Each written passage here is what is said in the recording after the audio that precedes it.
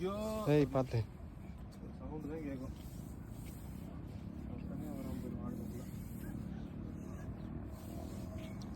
தண்ணி ஓடி இருக்குதுப்பா தெரியுதா?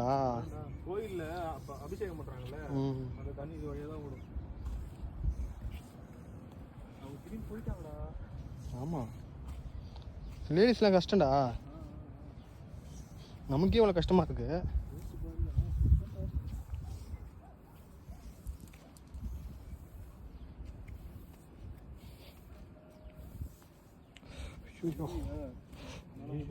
அந்த கம்பி மட்டும் விட்றாத.